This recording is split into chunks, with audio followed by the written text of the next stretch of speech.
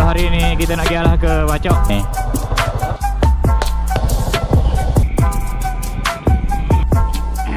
Mana boleh kita ni.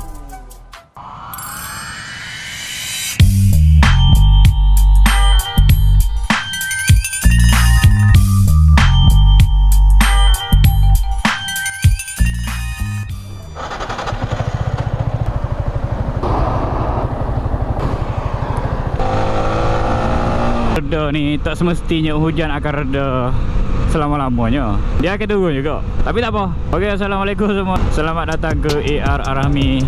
So hari ni hari Jumaat. Oh, banyak topik hari ni. So hari ni memang plan untuk buat ride sikit lah. Solo ride. Seorang sahaja. Ni kita nak pergi ke sorry. Tak payah atas pun. Rainman ni. Hari ni kita nak pergi ke Bacok. Nak pusing-pusing ke Bacok sikit. Tapi cuaca ni tak jamin mana sebenarnya. Sebab hujan. Saya plan nak terbit pukul 8. Tapi pagi tadi hujan ni mendung lagi ni. Pegang kata Jeong. Tu saya tak tahu nak pergi round mana dekat Bacok tu. So tak apalah kita aja round.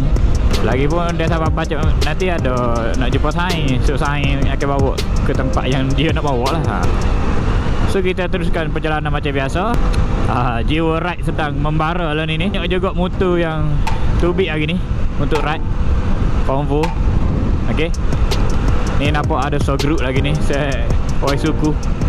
So saya pun solo ride je lah. Relax-relax, santai. Solo ride. Ramah ni. Kita solo ride je. Okay, tak apa, saya nak bawa motor dulu. Sebab jauh lagi perjalanan saya ni.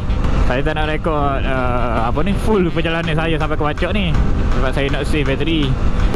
Okay, kita sambung sekejap lagi lah. Hadiram.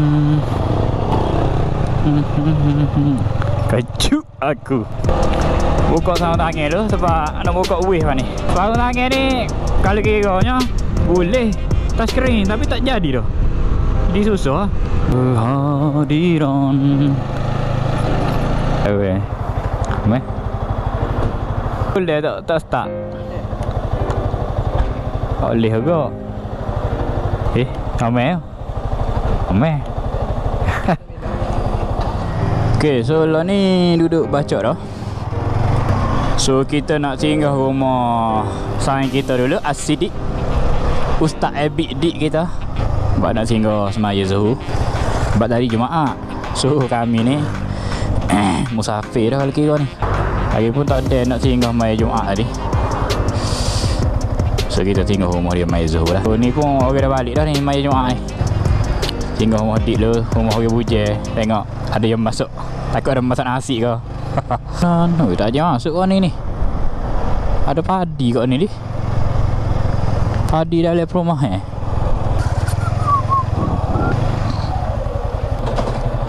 Assalamualaikum. Hello dengan Ustaz.